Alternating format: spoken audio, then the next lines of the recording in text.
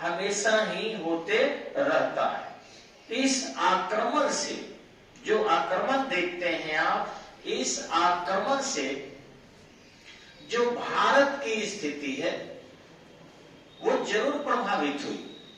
इतना ही नहीं बल्कि उन मंगोलों के आक्रमण के बाद चाहे हमारे तुर्क ही रक्षा करने वाले क्यों न थे, वो भी पूरी तरह रक्षा नहीं कर पाते हैं। कभी चंगेज खां आक्रमण करता है, कभी तैमूरलंग आक्रमण करता है, और उसके बाद उन सुल्तानों के रहते रहते ही आपके मंगोल मुगल बन के आ जाते हैं और मुगल वंश बन की नींव डाल देते हैं। इतना ही नहीं, आश्चर्य करेंगे, अभी तक की मैं बात करूं यदि, तो पुर्तगाली आते हैं, डच आते हैं, अंग्रेज आते हैं, फिर आपके स्वीडिश, फ्रेंच, ये तरह तरह के विदेशी आते हैं, और भले ही वो विवाह के माध्यम से हो, लेकिन सोनिया भी आती है जो सत्ता के सर्वोच्च शिखर तक पहुंच जाती है। यूं कहें कि बिहार में स्वयं भविष्य के एक अच्छे नेता जो अच्छे पद पर आसीन होने वाले हैं, तेजस्वी जी, वो भी विदेशी व्यक्ति से ही प्रभावित होते हैं। आखिर क्या कारण है? जब लालू जी सत्ता राबड़ी को दे सकते हैं, तो आपको क्या लगता है कि भविष्य में तेजस्वी जी अपनी पत्नी को सत्ता नहीं देंगे क्या? देंगे। तो आखिर अभी तक का, भविष्य तक का निर्धारित हो रहा है, आखिर हमारी कमी कहां है? यदि केवल हम अपनी विशेषण से, अपने अलंकरण से खुश रहें कि हमारा देश महान, भारत महान, तो शायद उन कमजोरियों को हम आंक नहीं पाएंगे कि कहां कमजोरी है हमारी। आप देखिए कि सेंट थोमे का एक युद्ध होता है प्रथम आंग्ल फ्रांसीसी संघर्ष के दौरान 1746 से 1748 के बीच में। उस सेंट थोमे के युद्ध में अडयार नदी के किनारे है कैप्टन पैराडाइज नामक व्यक्ति मात्र 300 भारतीय लोगों को यूरोपीय पद्धति से प्रशिक्षण देता है, और उस यूरोपीय पद्धति से जब प्रशिक्षण देता है तो 10,000 भारत की चुनी हुई सेना, ध्यान रखिएगा, कैप्टन महफूज खां के नेतृत्व में पूरे के पूरे 10,000 की चुनी हुई सेना थी, चुनी हुई, जिसमें अच्छे भाला चलाने वाले थे, अच्छे तीरंदाज थे, अच्छे गणासा चलाने वाले थे, अच्छे तलवारबाज थे, अच्छे हाथी हस्तारोही थे, अच्छे अश्वारोही थे, अच्छे रथारोही थे, और 10,000 की सेना एक तरफ से टूट पड़ी थी, और गाजर मूली की तरह मात्र 300 सैनिक उन्हें हरा दिए, काटते चले गए। आखिर कारण क्या था? कमजोरी कहां थी? पूरे विश्व में फैल गया कि भैया हमारा देश जो है वो केवल एक भीड़ तंत्र है, और यूरोपीय पद्धति के मात्र 300 सैनिक फतह हासिल कर लेते हैं और भारतीयों को हराया जा सकता है। आप देखेंगे पूर्व की सरकारों की बात मैं कर रहा हूं, वही सेना है। ऐसा नहीं है कि हमारे इस प्रधानमंत्री के शासन काल में बहुत ज्यादा सैनिकों की भर्ती किया गया, बल्कि भर्ती के दर कुछ कम भी हुए हैं, सबको पता है। लेकिन हमारी सेना का इसके पूर्व के सरकारों में नाम लेना पठन पाठन में उचित नहीं है, नहीं तो राजनीति की बात आ जाएगी। तो इस तरीके से पूर्व के सरकार में हमारी सेना के गर्दन काट के पड़ोसी मुल्क के लोग लेकर चले जा रहे थे, और हम गिड़गिड़ा रहे थे, गर्दन लौटा दीजिए मेरे सैनिक का, मेरे शहीद का, और वो नहीं लौटा रहे थे। आप देखेंगे होंगे कि अंग भंग कर रहे थे, यहां तक कि बताना नहीं चाहिए, हमारी सेना के लाश के साथ, 100 के साथ, शहीद व्यक्ति के 100 के साथ दुर्व्यवहार कर रहे थे, उनके गुप्त अंग काट लेते थे। लेकिन आज अगर छोटा सा विस्फोट भी वो कर रहे हैं तो खामियाजा उनको ज्यादा भुगतना पड़ रहा है। कुछ न कुछ नेतृत्व का अंतर होता है, कुछ न कुछ भाटों के जवान पर ताला लगाना पड़ता है कि बेवजह महिमा मंडित न करें। बेवजह महिमा मंडन आदमी के कान को मजबूत करता है, आदमी के कमजोर भावनाओं को उग्र करता है, आदमी के शरीर को मजबूत नहीं करता, आदमी के हृदय को मजबूत नहीं करता है। जब इच्छा शक्ति मजबूत हो, हृदय मजबूत हो, शरीर मजबूत हो, तब हम दुश्मनों के साथ बराबरी से लड़ सकते हैं या मजबूती से लड़ सकते हैं। हमारे भारत की कमजोरी रही है, चाहे वो पलासी का युद्ध हो, चाहे वो बक्सर का युद्ध हो। हर युद्ध में हम वही देखते हैं कि एक बड़ी सी सेना हमारी होती है, हमारे लोग शहीद भी ज्यादा होते हैं, शहादत की भी कोई कमी नहीं है। भारत की माताएं ऐसे पुत्र को जन्म देती है जो अपने मृत्यु को आसानी से गले लगा लेते हैं, लेकिन क्या मरना ही पीड़ता है? ऐसा नहीं है। विजय श्री को प्राप्त करना भी पीड़ता है। और ये विजय श्री कैसे मिलेगी? तो ये डायरेक्शन देने वाले की बात है। डायरेक्शन अगर अच्छी हाथों में हो, नेतृत्व अच्छे हाथों में हो, लोगों को ये बताया जाए कि इन किन प्रकार हमें विजय हासिल करनी है, तो निश्चित रूप से हमारा देश भी जिस तरीके से अभी मजबूत हो रहा है वो पहले भी मजबूत रहता, पहले नहीं था। अब देखिए एक एक करके दो युद्ध की मैं चर्चा करता हूं यहां। एक युद्ध आपके प्लासी का, जो आज की टॉपिक भी है हमारी, कि प्लासी के युद्ध में आखिर क्या हुआ। क्या हुआ कि हमारी सेना बिक गई। या तो हम उन्हें संतुष्टि परक वेतन नहीं देते होंगे। अगर मिर्जा जाफर को संतुष्टि परक वेतन देते तो फिर ये नवाब बनने की इच्छा क्यों रखता? समझने वाली चीजें। या अगर नवाब भी उससे अपने मधुर संबंध बनाए रखते तो ऐसी इच्छा कैसे जाहिर करता कि उस सिराजुद्दौला को हटाकर और मिर्जा जाफर को बना दे अंग्रेज? ऐसा नहीं करता। कहीं न कहीं हमारे देश की जनता की कमजोरी है, हमारे देश के सोच की कमजोरी है। अगर कोई बगावत करता है और बगावत को समाज अगर सम्मान न दे, अगर उस पद पर पहुंचे हुए व्यक्ति को पद पर पहुंचने के तरीकों के बारे में अगर अध्ययन कराया जाए तो निश्चित रूप से लोग गलत तरीके से ऊंचे स्थान पर पहुंचना नहीं चाहेगा। लेकिन लोग गलत तरीके से ऊंचे स्थान पर पहुंच जाते हैं, इन किन प्रकार अत्यधिक धन वाले हो जाते हैं, इन किन प्रकार अत्यधिक ऊंचे पद पर पहुंच जाते हैं, सोसाइटी भूल जाती है। आपने कभी नहीं सुना होगा कि अमेरिका के राष्ट्रपति को उन्हीं के पार्टी के लोग हटाकर दूसरा राष्ट्रपति बन गया। कभी नहीं सुनने को मिलेगा। कभी नहीं मिलेगा कि ब्रिटेन में दल बदल हो गया। कभी नहीं मिलेगा ऑस्ट्रेलिया में दल बदल हो गया। लेकिन अफसोस, यदि आप भारत में देखें तो निश्चित ही आपको दल बदल दिखाई पड़ेगा। कभी मणिपुर की सरकार गिर जाती है, कभी जो है आपके उत्तर प्रदेश की सरकार गिर जाती है, कभी बिहार में सत्ता का परिवर्तन हो जाता है, घटक दल को छोड़कर दूसरे घटक दल के साथ लोग जुड़ जाते हैं। इस सत्ता लोलुपता को लोग ध्यान से नहीं, यानी यहाँ की जनता सत्ता नहीं देती है। अन्य देशों में आप जाएंगे तो जनता सत्ता पर कौन बैठेगा ये तय करती है। जनता का विचार जो है वह पूरी तरह एक मालिक की तरह, प्रजा की तरह नहीं है, गिरगिराने की तरह नहीं है। यहाँ उल्टा है। यहाँ इन तीन प्रकार मिर्जा जाफर सोचा कि हम सिराजुद्दौला की धोखा करके हत्या करवा दें और नवाब बन जाए तो निश्चित रूप से हम एक नवाब रहेंगे, मेरा नाम होगा।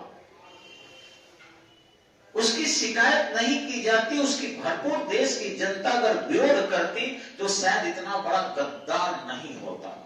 और हमारी सेना का भी फर्ज है, हमारे प्रशासकों का भी फर्ज है, उनकी शिक्षा व्यवस्था पर जो है लानत है। आज के शिक्षकों को मैं कह रहा हूं या आज के प्रशासनिक पदाधिकारियों को भी मैं कह रहा हूं, लानत है उनके शिक्षा व्यवस्था का कि इतनी अच्छी शिक्षा लेने के बावजूद भ्रष्ट लोगों को सपोर्ट करते हैं, उन्हें मदद करते हैं।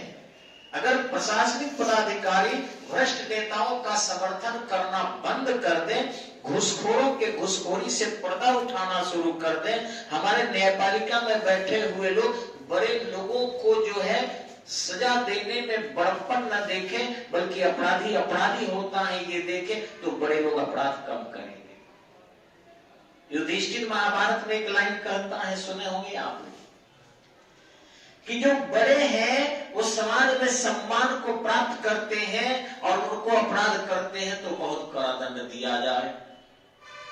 जो मझोले हैं वो हो सकता है कि बड़े बनने के लिए कुछ अपराध करने की कोशिश करते हो, उनको बड़े लोगों से सजा थोड़ी कम। और जो एकदम छोटे हैं वो तो हमेशा ही कष्ट की जीवन जीते हैं, अतः वो यदि अपराध करते हैं तो उनकी लालच और उनकी कष्टकारक जिंदगी के कारण माफ कर दिया जाए। यहां उल्टा है, यहां नेता अपराध करता है कोई बात नहीं है, यहां अधिकारी अपराध करते हैं कोई बात नहीं है, यहां मजबूत अपराध करते हैं कोई बात नहीं है। और यही भ्रष्टाचार को और हमारी योग्यता को कुंठित करता है। इतना ही नहीं, जब मिर्जाफर को देखा गया कि नवाब बन गया और नवाब बनकर बहुत सारे फैसिलिटी में रह रहा है, उनका सम्मान होने लगा, जनता उसी को टैक्स देने लगी, उसी को सेना जो है मदद करने लगी, तो फिर एक बगावत करने वाला पहुंचता है, वह निर्काशी होता है। अंग्रेज देख लिए कि गजब देश है कि एक तरफ स्वयं नवाब अगर आ रहा है अलीवर्दी खान, तो उसके स्थान पर जो है सिराजुद्दौला को बना रहा है। उस सिराजुद्दौला को हटाने के लिए पूर्णिया के नवाब हिजीर अली खान अपने मौसाहे विरोध करते हैं, मौसी घसीटी बेगम विरोध करती है, यहाँ तक कि आपके कृष्णचंद अमीचंद जैसे लोग भी उसके साथ बगावत करते हैं। तो फिर मिर्जाफर को अपने साथ मिला लेना कोई बड़ी बात नहीं। इतनी हिम्मत जुटा पाए, यानी हमारे कमजोरी को अंग्रेज भांप गए थे। सेम यही हुआ था आपके कैप्टन पैराडाइज जो है आक्रमण जब किया था सेंटर थोमे में। हमारी 10,000 की भारतीय सेना जरूर थी, लेकिन पदलोलुप थी।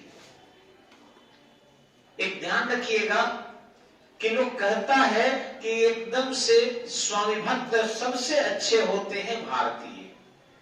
स्वामी भक्ति बुद्धिहीन वाली होना, तो कुछ पशुओं के नाम भी स्वामी भक्त में डाला जाता है। आपको शायद आश्चर्य करेंगे, एक जानवर होता है जो सबसे ज्यादा स्वामी भक्त होता है, जो उसको पाल लेते हैं, जो उसको कौड़ा देते हैं, उस कौड़े के बल पर वह अपने परिवार पर भी अटैक कर देता है। थोड़ा सा कौड़ा कोई दे दे उसको, तो देखिएगा परिवार के खिलाफ भी, यानी कौड़े का ही परिवार कोई आ जाए, मैं नाम भी बता दे रहा, अगर कुत्ता का कोई परिवार हो और मालिक अगर उसको खाना खिला रहा हो और यदि कह दे कि उसको धर धर या लोहा लोहा, तो उसके खिलाफ भी वो पड़ जाएगा, उसको भी काट लेगा, अपने मम्मी को भी काट लेगा, अपने पापा को भी काट लेगा। उसे ये नहीं पता कि ये मेरे पापा है, मेरे मम्मी है, ये केवल हमें जूठा चावल देता है, बस जूठे चावल पर अटैक कर देगा। ये स्वामी भक्ति जानवरों की हो अच्छी है, मनुष्य की इतनी स्वामी भक्ति नहीं होनी चाहिए कि जो पैसा दे या जिसके कारण पद मिला है, हम उसके इतने भक्त हो जाए कि राष्ट्र के महत्व को भूल जाए, देश के महत्व को भूल जाए और इसकी सुरक्षा और संरक्षा में भी घात लगा दे। कहीं न कहीं हमारे विपिन रावत की जो हत्या हुई है, या तो लापरवाही है या फिर कहीं न कहीं षड्यंत्र है।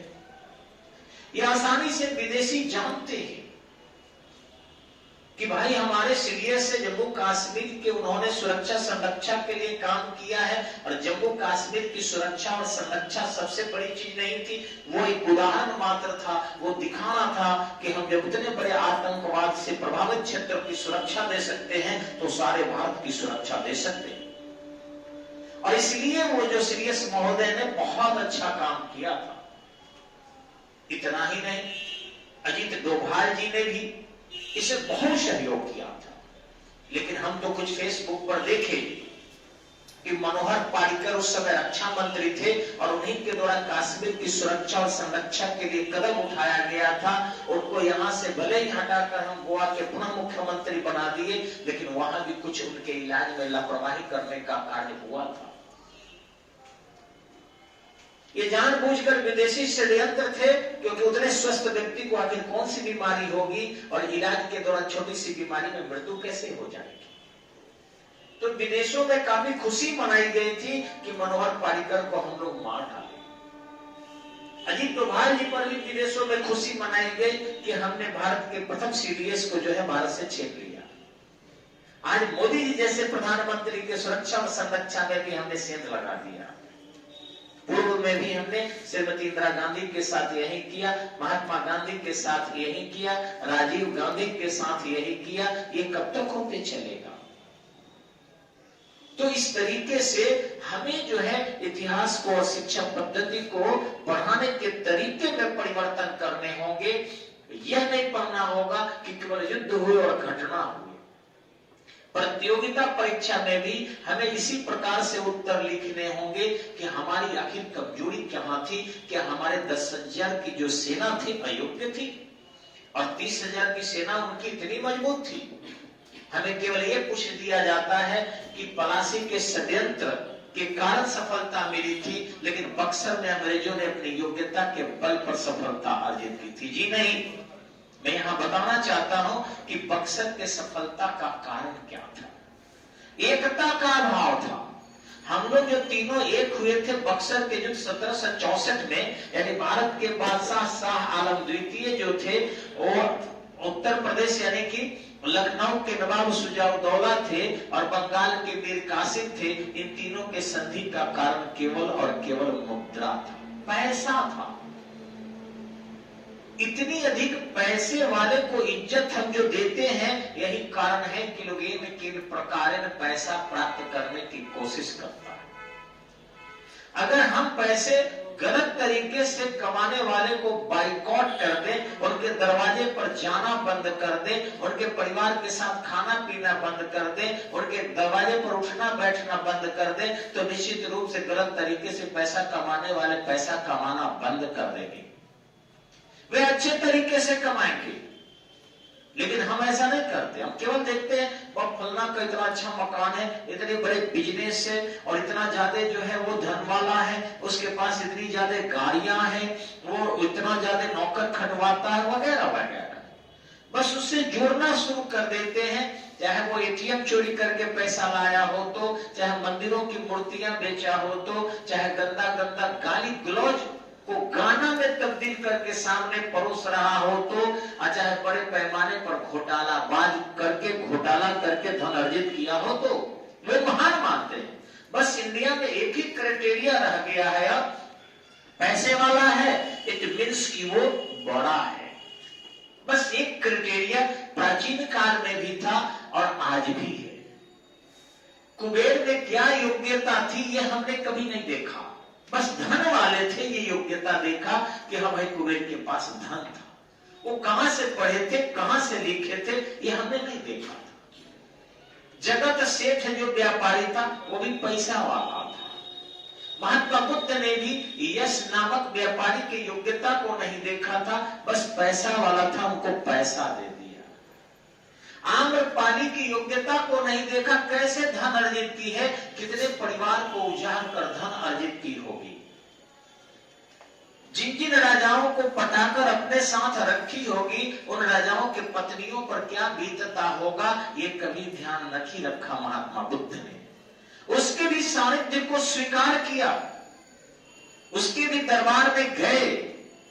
जाने के बाद उनको मोक्ष की प्रार्थना की आम्रपाली, तब स्वीकार किए और कहे कि स्त्री को हमें इसमें लेना नहीं था, लेकिन अब आप दबाव बना रही है तो ठीक है, पहले अपने विमाता यानी मौसी प्रजापति गौतमी को लेते हैं इस संघ में, तब जाके आपको हम स्वीकार करेंगे। लेकिन उद्देश्य नहीं था कि एक नर्तकी को हमें मोक्ष दिलाना है, बल्कि उद्देश्य उन्होंने समझा था कि बहुत अधिक पैसे वाली। तो तो ये एक भारत की परंपरा रही है जो आज भी है कि चाहे जैसे हो, दलाली करके कोई पैसा कमा ले, किसी की हत्या करके कमा ले या किसी के ऑपरेशन करके कमा ले। कोरोना में देख ही रहे हैं कि डॉक्टर भी आजकल क्या हो गए हैं, कुछ तो ठीक है बाकी जाहिल है, ठग रहे थे मतलब के टेस्ट करा करा कर रोगी मर रहे हैं। एक सामान्य सर्दी की बीमारी है और इस सामान्य सर्दी की बीमारी को लोग कह रहा है कोरोना। हम तो डिक्शनरी में भी शायद लिखते तो यही लिखते कि सर्दी को अंग्रेजी में क्या कहते हैं या सर्दी जुकाम को अंग्रेजी में क्या कहते हैं। नहीं, एक नाम नहीं देते, कोरोना के नए नए नाम, कोरोना के नए नए नाम देते। यानी corona number 1, corona number 2, American number 3, फिर ऑस्ट्रेलिकॉन देते, फिर इंडिकॉन देते, फिर जापानिकॉन देते, कुछ देते रहते, नाम नहीं जोड़ता। तो ये सर्दी का अंग्रेजी होता है। बर्बाद कर दो यहाँ के एजुकेशन को, बना लो गुलाम इस देश को, चाहे राजनीतिक गुलाम बना लो और चाहे भ्रष्टाचार के तरीके से गुलाम बना लो। तो ये गलतियां हुई थी। गलतियां कहां है कि हमारी इतनी बड़ी सेना बक्सर में हारी। इसको फिर से एक बार मैं कहना चाहूंगा, बक्सर में जब मीर कासिम आया तो आश्चर्य करेंगे, बिल्कुल सत्य घटना है और हमारे विशेषज्ञों ने लिखा है कि अवध के नवाब सुजाउद्दौला ने कहा, ये बताओ बंगाल में तुम बहुत व्यवसाय करते हो, कितना पैसा दोगे, हम लड़ेंगे। कहा पैसा के लिए लड़ोगे? तो हाँ। बोला ठीक है, कौन बड़ी चीज है, कितना चाहिए? तो बोला 300 बोरा सोना चाहिए। बोला 500 बोरा ही लेकर हम आए हैं, ज्यादा नहीं लेकर आए। और मिट्टी का ढेला भरवा दिया था, बोरा में मिट्टी का ढेला, बड़ा सत्य घटना है, ये गलत कल्पना नहीं है। अब देखा कि जब सुजाउद्दौला इस टाइप के कर सकता है तो भारत के बादशाह शाह आलम क्या करे। अब देखे कि बिना पूंछ वाला भी दौड़ रहा है लड़ने के लिए, तो लंगड़ा कहा हम भी दौड़ेंगे। तो कहा हम भी युद्ध में भाग लेंगे। मीर कासिम बताओ तुम मुझे कितना धन दोगे? धन के लिए लड़ रहा था, देश के लिए नहीं। तो मीर कासिम समझ गए कि अरे बाप रे बाप, तो बहुत घटिया इस देश की इंसान होता है रे, ये तो पैसे के लिए लड़ने चल रहा है अंग्रेजों से। तो वो कहा कि तुमको कितना चाहिए? 50 बोरा सोना हमको भी चाहिए।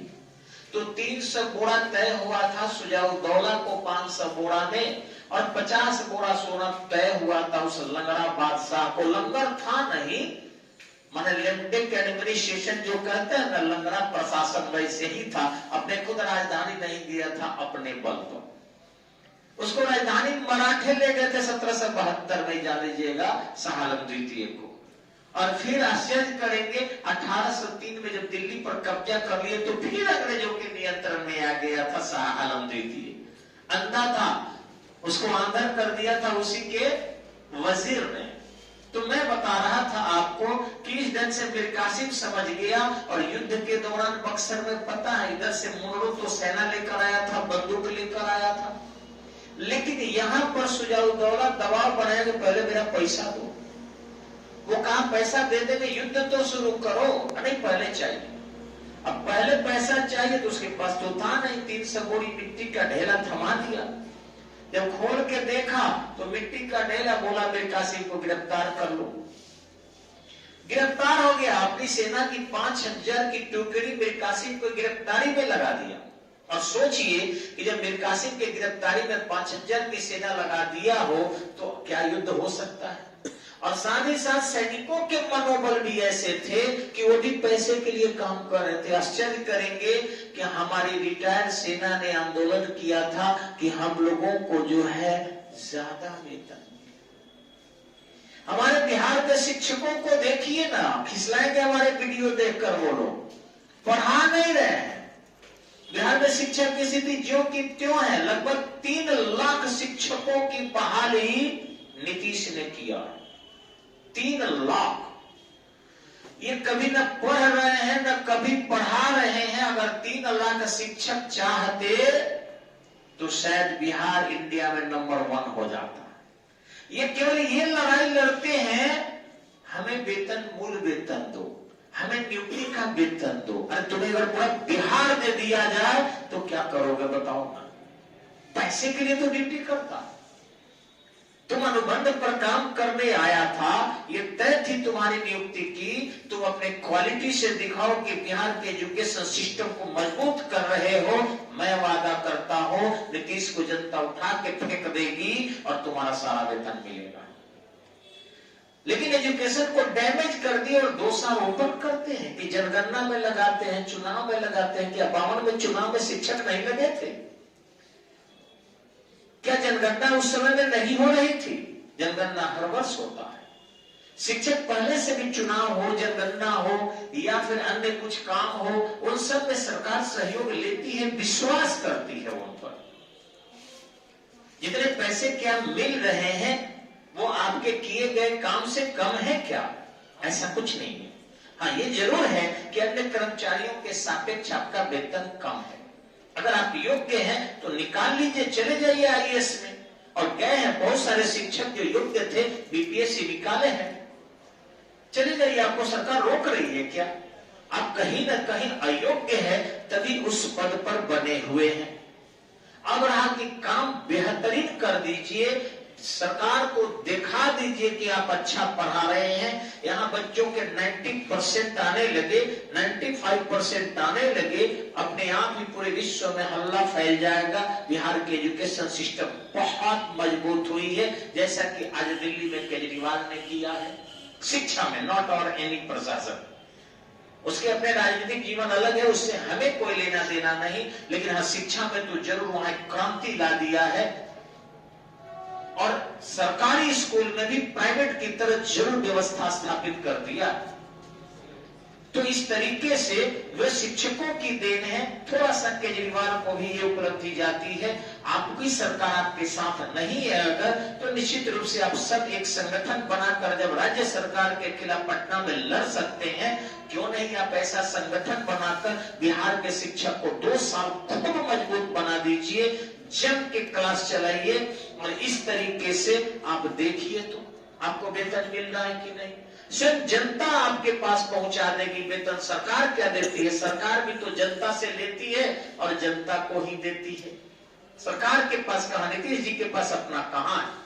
जनता स्वयं दे देगी, स्कूल में पहुंचा देगी आपको, और आप पैसे की कमी से कभी ग्रसित नहीं रहेंगे। तो यहां पर यही हुआ बक्सर में, वहां पैसे के लिए तीनों लड़ने लगा।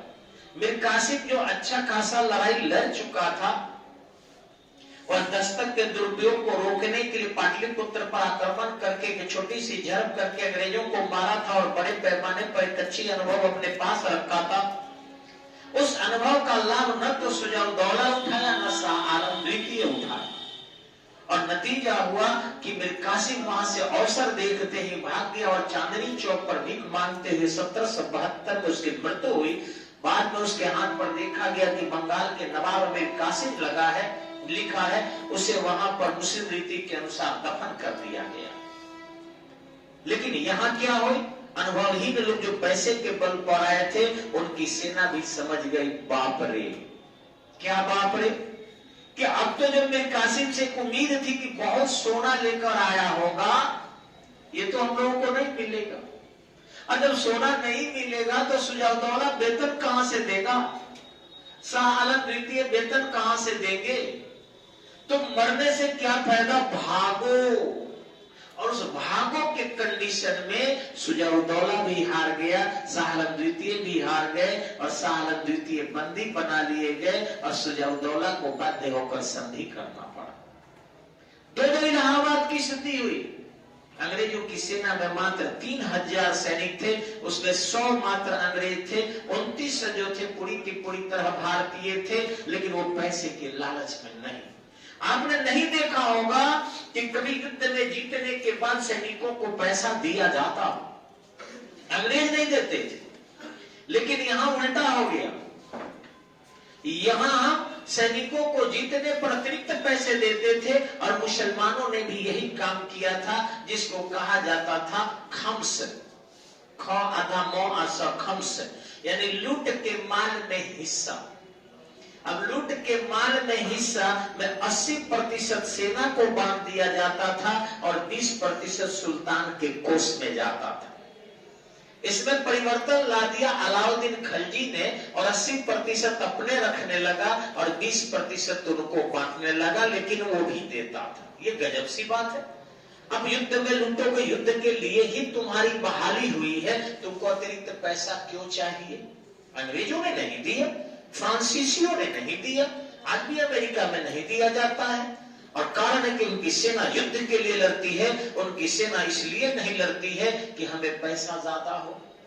वहां एक एक पैसे आपके पास कहां से आए हिसाब होता है, और समाज अगर देख लिया कि आय से ज्यादा इसके पास संपत्ति है तो पूरा प्रशासन से लेकर समाज तक वहां बाइकआउट कर देते हैं और वहां लोगों की प्रतिष्ठा गिर जाती है।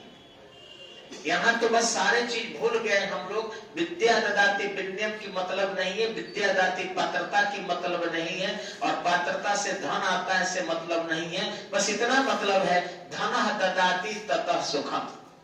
कैसे हो? धन आ जाइए, बस सुख उसी से मिलेगा, और सही में मिलता है। सामाजिक सुख मिलता है, संबंधियों का सुख मिलता है, पारिवारिक सुख मिलता है, और यही कारण है धार्मिक सुख भी मिलता है। पंडित जी भी पूजा कराने चले जाते हैं उसके पास जिसके पास मान ज्यादा हो।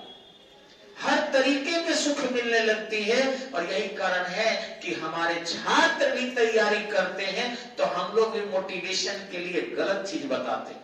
हम लोग भी कहते हैं आईएएस बन जाओगे तो इतना तिलक मिलेगा, है जी, दरोगा बन जाओगे तो इतना तिलक मिलेगा। क्या ये गलत उदाहरण देना नहीं है उनके मनों में भरना?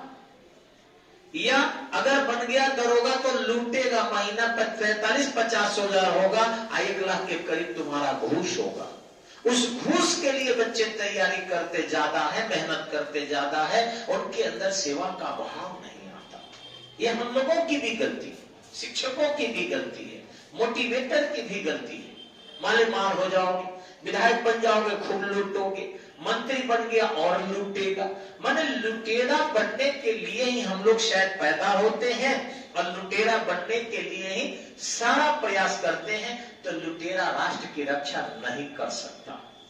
लुटेरा ईमानदार के साथ नहीं लड़ सकता, और यही कारण था कि अलाउद्दीन खलजी के साथ भी बगावत किया जलालुद्दीन खलजी की सेना ने, और धन छींटते हुए दिल्ली पहुंच गया। तो हमारे इतिहास में हमेशा ही हार के कारण में महत्वपूर्ण कारण है हमारी मन स्थिति। वीरता की कोई कमी भारतीयों में नहीं है। जबरदस्त वीर हमारी माताएं जन्म देती है, अफसोस समाज उनमें भ्रष्टाचार डाल देता है, बेईमानी डाल देता है, लुटेरेपन डाल देता है, घुसखोरी डाल देता है। और यही कारण है कि जिस पद पर भी हम हैं, उस पद पर सभी के सभी शायद ही इस धरती पर, भारत की धरती पर ईमानदार कोई मिलेगा। हमने तो एक व्यक्ति ये भी कहा था कि हम तो इतने भ्रष्ट हैं कि अगर परपराए नहीं तो जंगिया में भी नमक चुरा के निकल जाए। कितना गंदा हम लोगों का नाम लिया था और हम लोगों के उपमा देने की प्रयास किया था। मुझे बहुत बुरा लगा था, लेकिन क्या करें, इसको भी पढ़ाने की आवश्यकता है। मूल कारण हमारी मन आर्थिक गुलामी है, जो पैसे के लिए दल बदल कर देते हैं। पैसे और पद के लिए हम लोग हमेशा गलत रहते हैं। ऐसी स्थिति में चाहे प्लासी हो, चाहे बक्सर हो, चाहे कोई युद्ध हो, हम हारेंगे ही, जीतने का सवाल ही नहीं है। और जैसे ही उसका त्याग करेंगे वैसे ही हम लोग जीतना शुरू कर देंगे, क्योंकि भारत की भूमि से श्रेष्ठ कोई संतान जन्म नहीं लेता है। धन्यवाद, नमस्कार। आते हम लोग अगले वीडियो में। इसे लाइक करें और सब्सक्राइब करें।